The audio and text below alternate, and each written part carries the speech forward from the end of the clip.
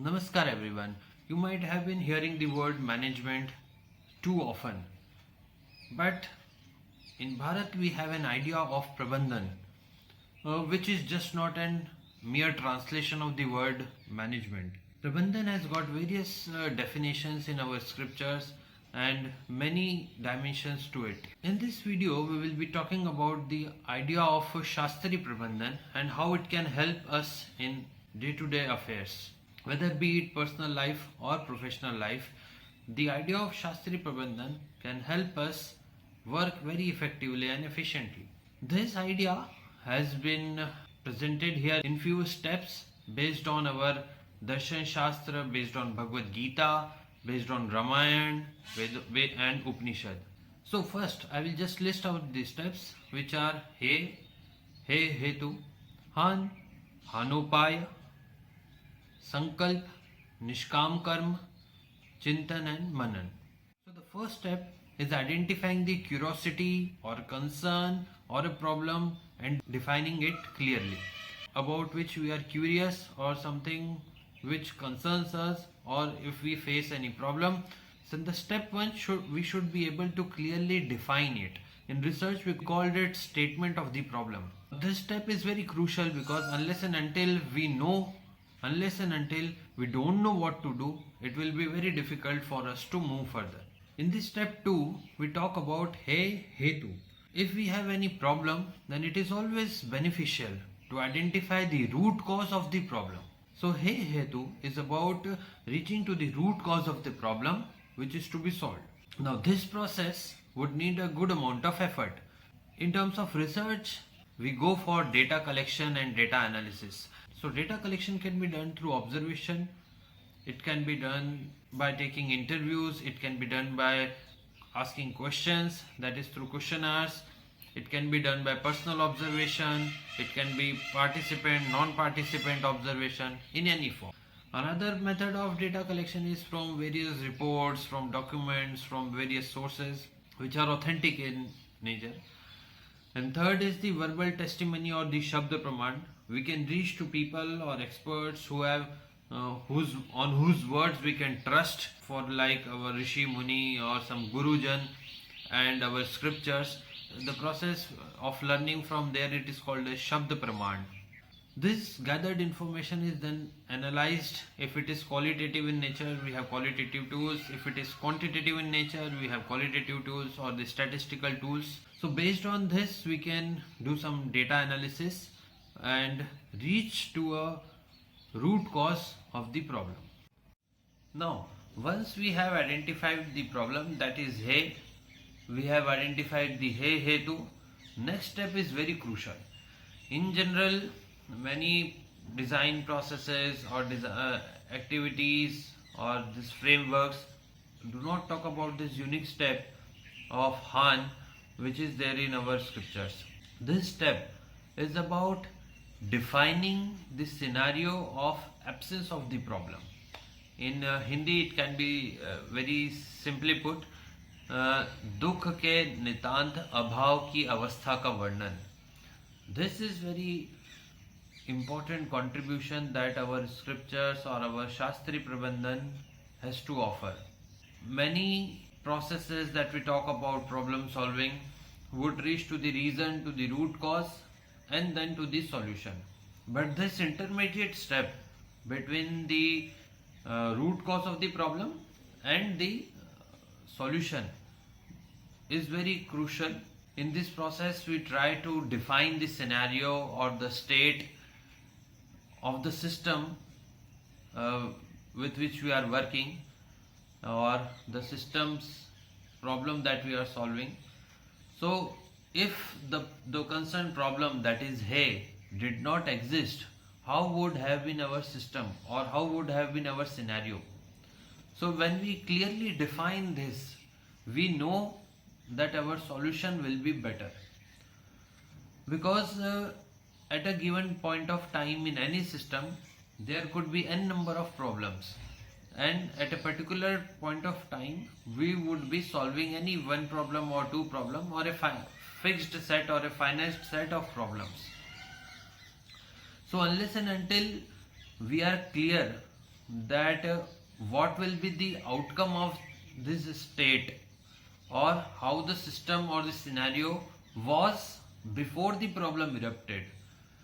So we won't be able to reach to a logical conclusion, and therefore clearly defining the Han or the ideal state is very essential. And the next stage is Han plus Upay, that is Hanopay. So what are the ways to achieve the Han, the state that we just defined in the previous step? So in Hanopay we can explore the solutions which can lead to us to the desired state. We can explore ideas, we can talk to many people around us, we can talk to experts, we can explore historical documents, we can explore cases in the history, we can explore how the people or the leaders or the good leaders had responded to similar situation in different times, and when we keep on incorporating those ideas, so that our solution is not just an uninformed one, and we know the pros and cons of each and every solution. This step is not complete here itself. Now when we have collected many ideas, we have too many points to consider.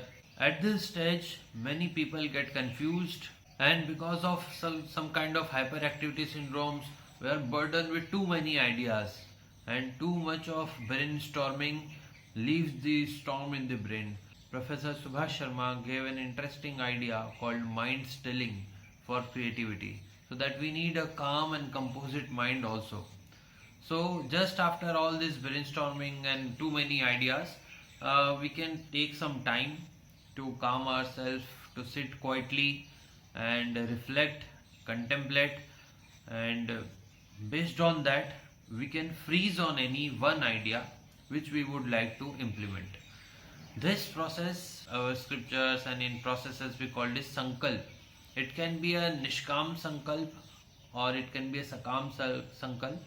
Sankalp means a resolution that I will do this, and as you might be aware that we have two types of sankalp. One is nishkam sankalp and one is sakam sankalp.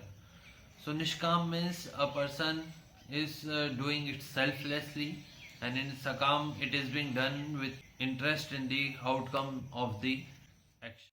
Now once we have decided that we will be focusing on this aspect, that is a strong sankalp has been taken, the next step would be to start the action.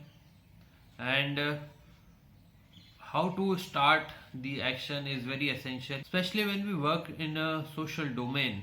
We have a lot of challenges with us. We don't know how the idea or the project that we have envisaged would result in the same way as planned.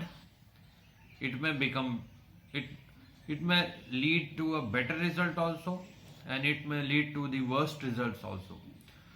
So in our Bhagavad Gita, Bhagwan has talked about Nishkam Karma Yoga.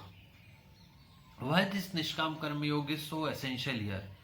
Because it says that once we have put in our 100% of efforts, then the result should not affect us.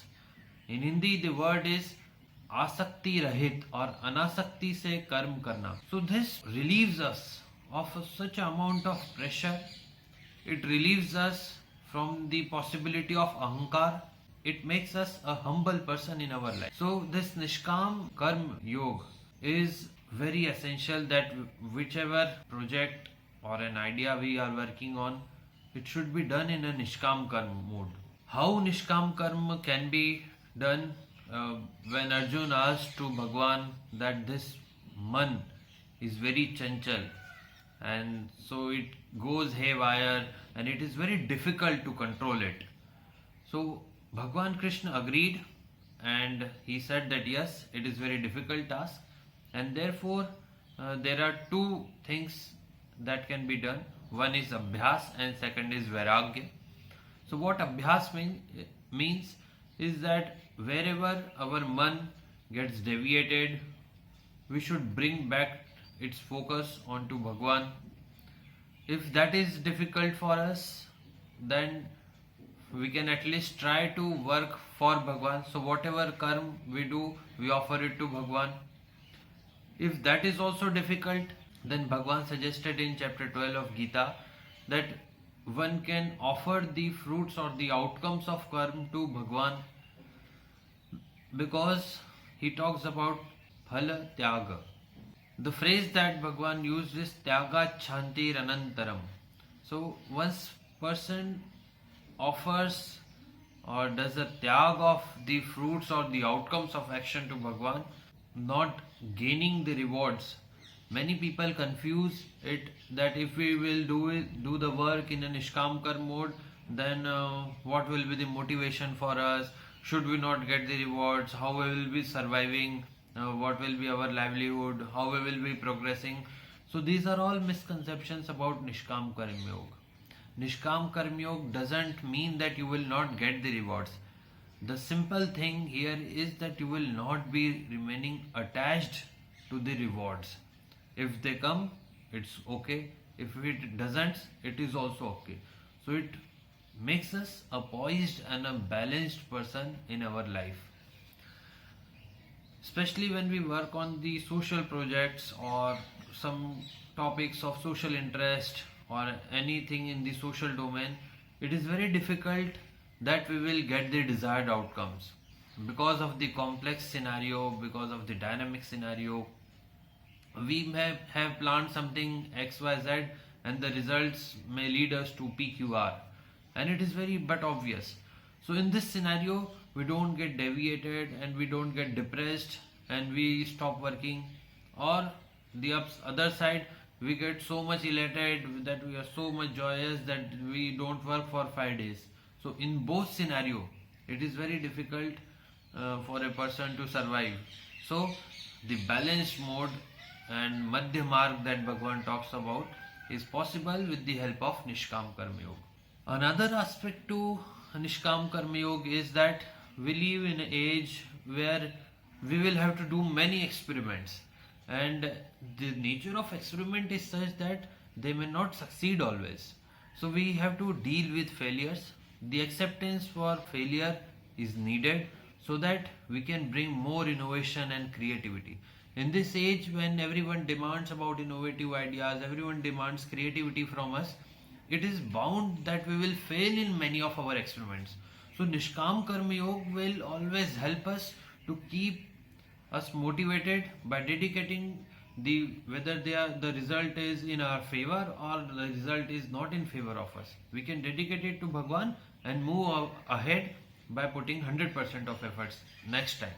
Another question many people ask here is that how we will be functioning if we don't plan, how we will be functioning if we don't set the target. So please be clear that in Nishkam Karma Yoga there is no foundation that you cannot set the target. In fact, in chapter 18, Bhagwan has mentioned that one should not work without contemplating the outcomes of the action. It is clear indication that one should contemplate on what his or her action would lead to. And if a person finds that these actions are in the right pursuit, it is as per the scriptures, it is as per the dharma, it is right, it is in the interest of people, then only person should move ahead with it.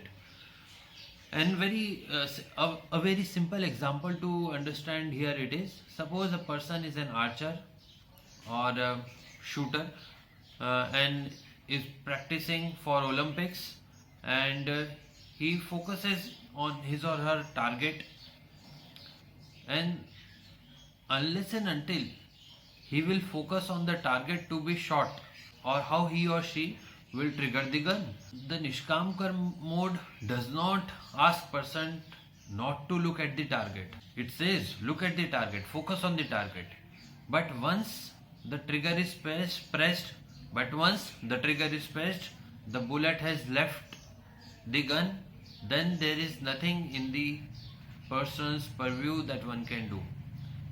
He should not waste time in thinking, will the bullet fire? He should not waste time in thinking, will the bullet reach the target?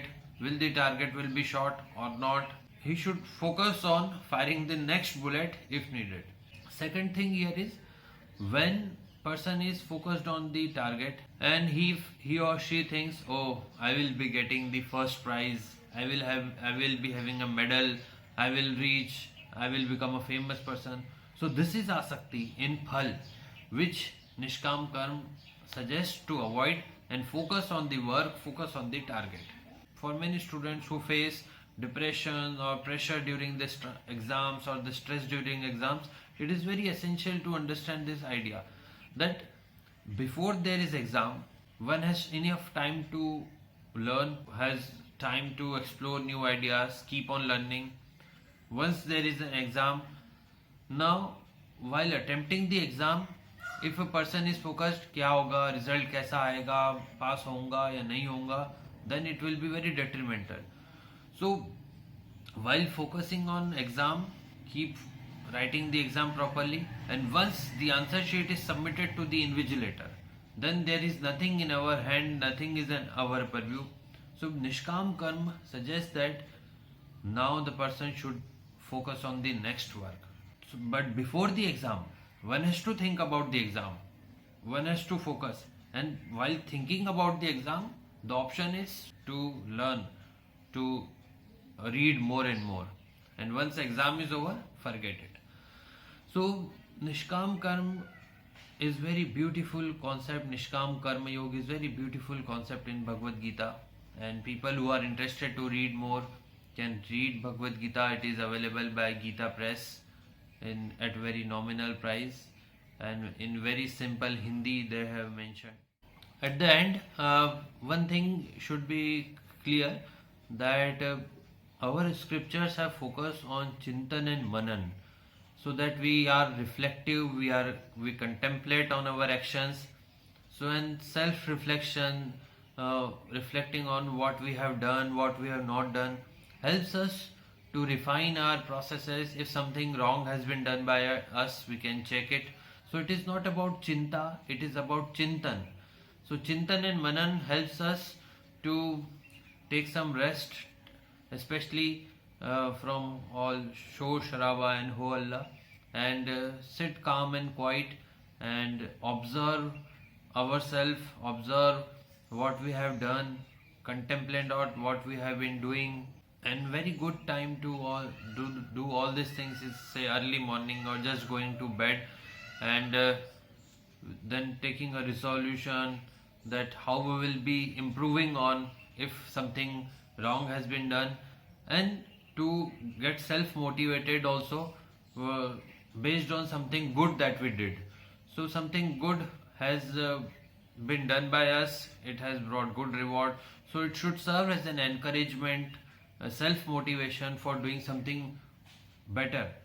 So all these things can be broadly classified into the idea of Lok Sangraha, which is in Bhagavad Gita and our scriptures, which says that we should do our best, we should create social good and discharge our duties in the region of responsibility and with an adhyatmic orientation. So just to do a quick recap of all the processes that we studied right today, He, Hetu, Han, Hanupay. These 4 points talked about the problem, the root cause of the problem, the scenario of absence of the problem, and possible solutions which can be generated. Based on the possible solutions that we have, we freeze on one idea, that is have a sankalp, which can be a Nishkam sankalp or a Sakam sankalp, and then we start working in a Nishkam Karma mode, and then we reflect, do Chintan Manan of our actions or the outcomes of our actions, and take mid-course corrections if needed. So this was the idea of Shastri Prabandhan, which has been presented based on my limited understanding. In coming videos, we will be discussing some of the examples from our scriptures as well as contemporary times. For any queries or questions, you can email at prime@banasthali.in.